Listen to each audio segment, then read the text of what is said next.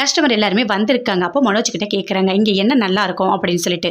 இங்கே ரவா கிச்சடி சூப்பராக இருக்கும் அப்படின்னு சொல்லிட்டு மனோஜ் சொல்கிறாரு. அப்படியா, சரி அதுவே கொண்டு வாப்பா 2 அப்படின்னு சொல்கிறாரு.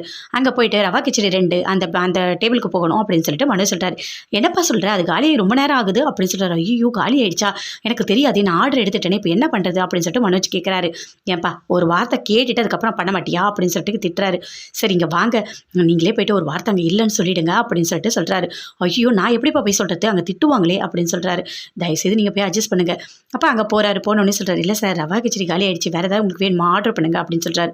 எப்படி, அதான் நல்லா இருக்கும் இருக்குதுன்னு சொல்லி ஆர்டர் எடுத்துகிட்டு போகிறீங்க, அது எதுக்காக இப்போ இல்லைன்னு சொல்கிறீங்க அப்படின்னு சொல்லிட்டு பயங்கரமாக கத்துறாரு. கூப்பிடுங்க, அவர் கூப்பிடுங்க, ஆர்டர் எடுத்தவரை கூப்பிடுங்க அப்படின்னு சொல்கிறாங்க. அங்கே வந்து மனோஜ் வந்து நிற்கிறாரு. இல்லைங்க தெரியாமல் பண்ணிட்டேன், அங்கே காலி ஆயிடுச்சுன்னு எனக்கு தெரியாது அப்படின்னு மனோஜ் சொல்கிறாரு.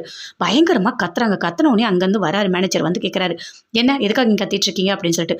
இல்லை ரவா கிச்சடி நல்லா இருக்குன்னு சொன்னார், கடைசியில் வந்து பார்த்தா இல்லை காலி ஆயிடுச்சுன்னு சொல்கிறாரு அப்படின்னு சொல்கிறாங்க. அதை கேட்டோன்னே சாரி சார், இருங்க சார் உங்களுக்கு ரவா கிச்சடியை நான் ரெடி பண்ணி தர சொல்கிறேன் சார் அப்படின்னு சொல்லிட்டு அங்கேருந்து மேனேஜர் போகிறாரு. போயிட்டு மனோஜை கூப்பிட்டு பயங்கரமாக திட்டாரு. எவ்வளோ திமிரு இருந்தால் நீ இப்படி பண்ணிகிட்டு இருப்ப, என்ன பண்ணிட்டு இருக்க, உனக்கு நான் வேலை போட்டு கொடுத்துருக்கேன்னா நாம தான் அடங்கி போகணும். கஸ்டமர்கிட்ட அதிகமாக நம்ம கத்தக்கூடாது, அவங்கள கோவப்படுத்தக்கூடாது, அவங்கள மனசுக்கு திருப்தியாக செய்யணும். அப்போ தான் நல்லா போகும் ஹோட்டல்லாம்.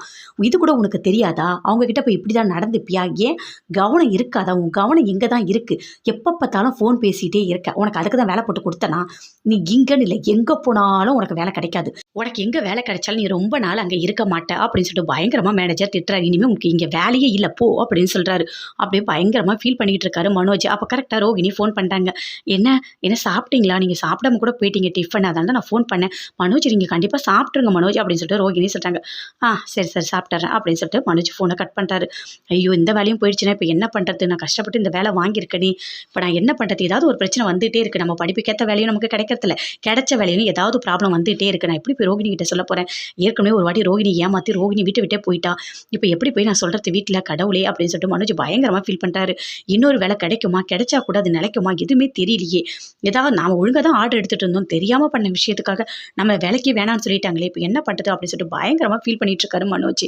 அங்கேருந்து போகிறாரு. சரி வீட்டுக்கு போகலாம், போய் என்ன நடக்குதுன்னு பார்க்கலாம் அப்படின்னு சொல்லிட்டு வீட்டுக்கு போயிட்டே இருக்காரு. அப்போது அந்த மேனேஜர் எல்லாத்தையுமே யோசித்து பார்க்குறாரு, திட்டினது எல்லாத்தையுமே ஃபீல் பண்ணிக்கிட்டே வராரு. பயங்கரமாக ஃபீல் பண்ணிட்டாரு மனோஜ்.